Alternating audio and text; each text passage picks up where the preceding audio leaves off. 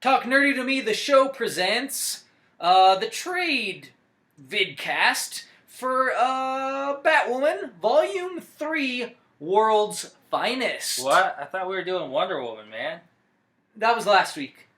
But she is in this! Oh, okay, alright. Yeah, I was thinking Wonder Woman somehow. I'm Pablo Gunner. The Ambassador.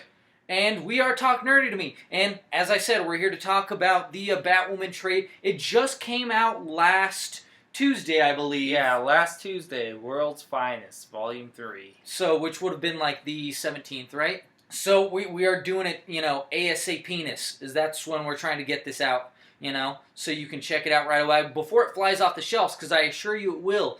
Real quick, we are sponsored by Age of Comics.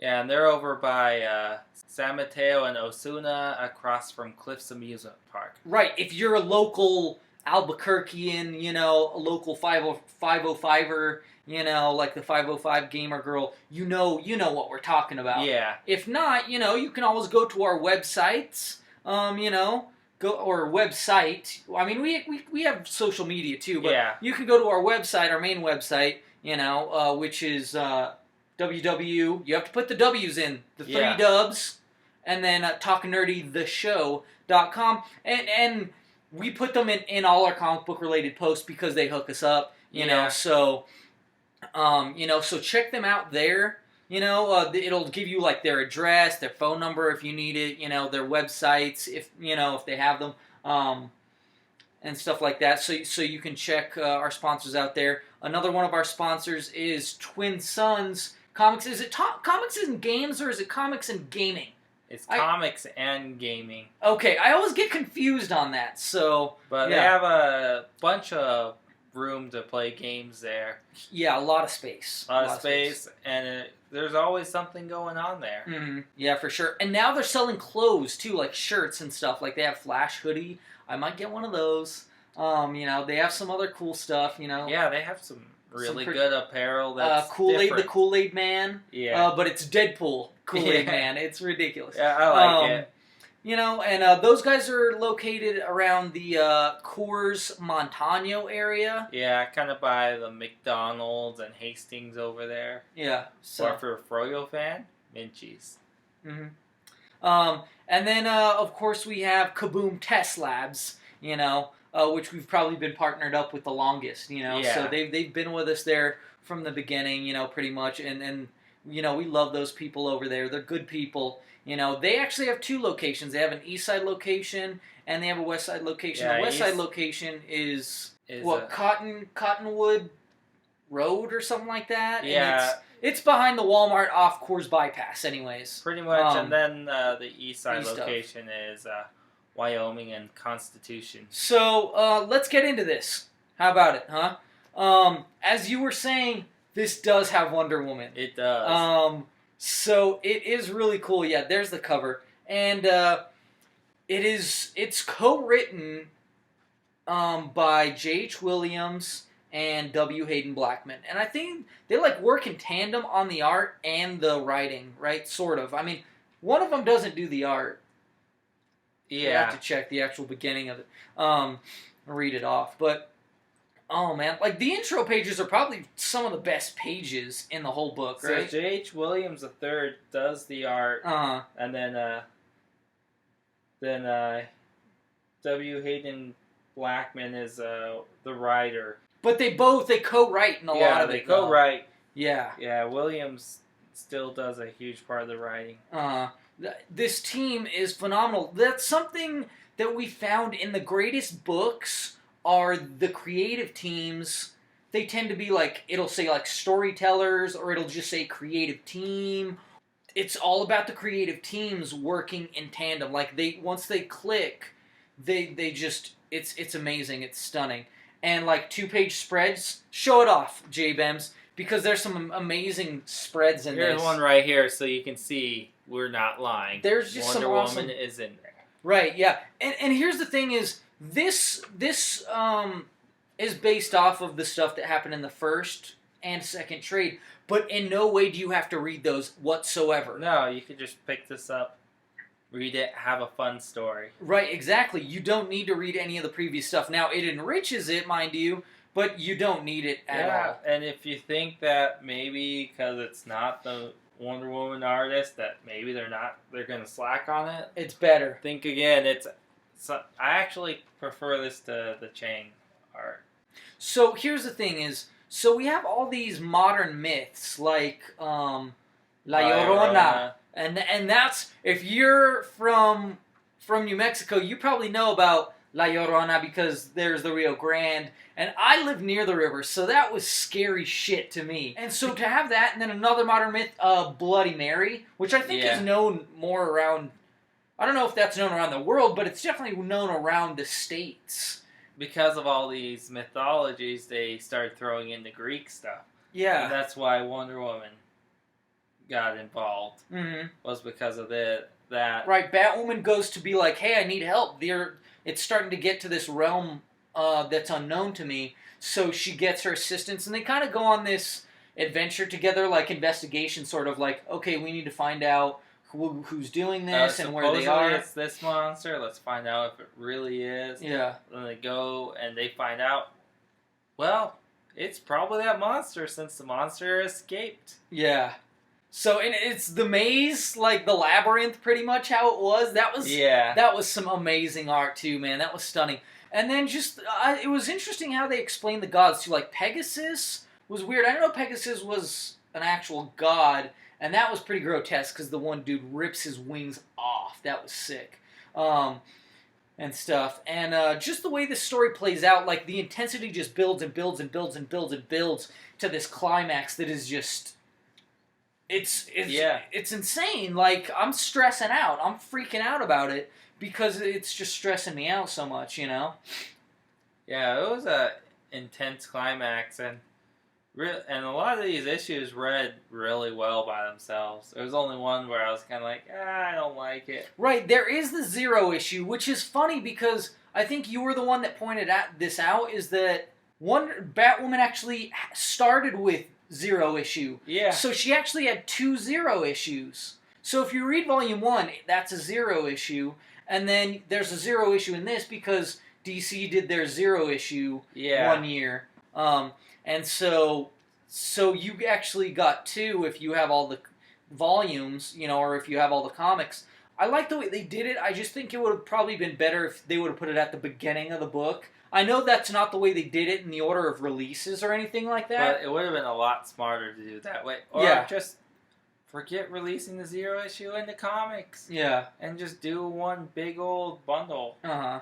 Because most of those Zero issues didn't have much to do with... I liked it. I mean, I thought it was a good issue. And what's cool, too, is the art changes. Like, it's a certain style when she's with Wonder Woman in Wonder Woman's world, and then it's a certain style when they're in Gotham, and then it's a certain style when it's like Gotham with just plain humans, right? Like when it shows her girlfriend Maggie, it's a very structured design, and it's very classic.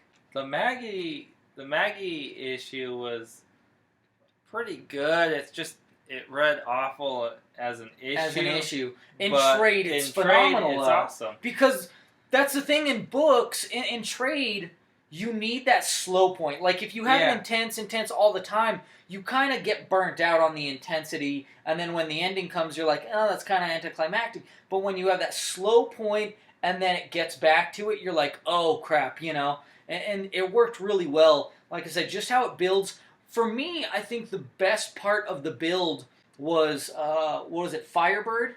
Yeah. Where she was overcoming her fear of this guy that messed her up. Like, she's healing from these wounds, and she's been training this whole time. Mind you, you don't really see all the training. You see, like, the beginning of the training.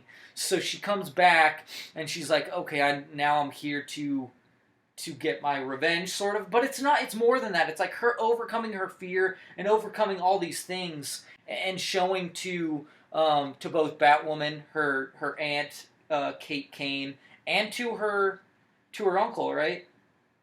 Yeah, to her uncle, Uncle Jake, who trained her, you know, that she can do this on her own. And I think that was, for me, that was the best, that was one of the best parts, especially because it was her overcoming this thing, and that was so awesome. The other part was that, and they drop seeds throughout the whole book, which is Kate Kane says, I wish I could tell Maggie this. I wish I could tell Maggie that. I wish I could tell her about this.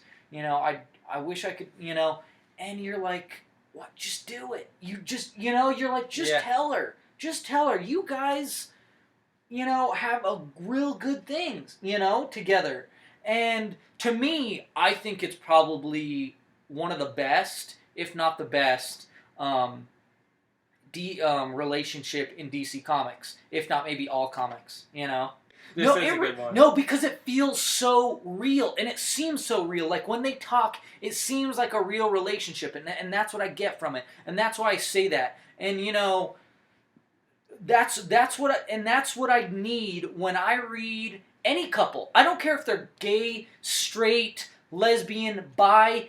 If the relationship doesn't feel real to me, I don't like it. But if it feels real, I like the relationship. So the other part was when she not only proclaims her love for her at the end, spoiler alert, but also when she reveals her identity to her. Yeah. And that was probably the most powerful moment and the most triumphant moment in the whole book, which is weird because you would think that defeating the villain would be the greatest moment in the book. No, it was But it's the emotional high point of that relationship that was the best part. And like I said, the art blew me away. There's so many things I have to say. Like, it's just, visually, it's the most stunning thing I think you will ever see. So, this one was a strong buy for me. Yeah. Easily. I feel like you can get through the first issue of this, because you can pretty much, they make it pretty obvious which is the first issue, because they have the intro pages and stuff, and intro pages are some of the best spreads. I love it, too, because they'll do, all the covers for it, too. You can't even tell that it's an intro page, really, most of the time. It's usually you kind of have to look into it. Intense. Yeah, you have to look into it. But anyways, oh man, it's just, it's magnificent. Here's an intro page right here for an example.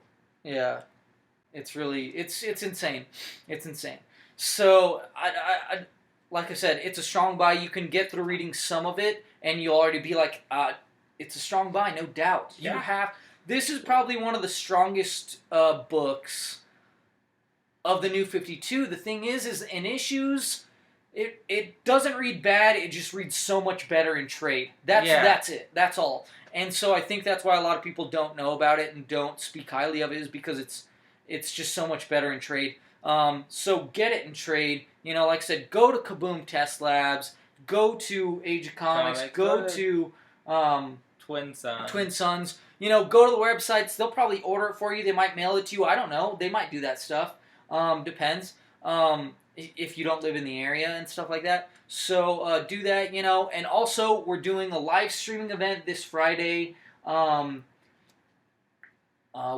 is it? The 27th, I think. Yeah, the 27th. 27th, and it's going to be from 5 to 6 p.m.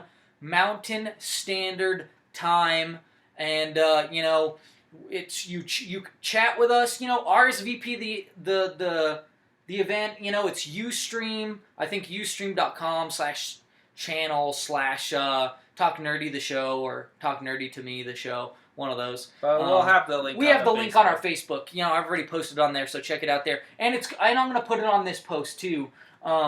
So you can check us out. Like I said, chat with us. We'll be answering any questions that you send to us, live.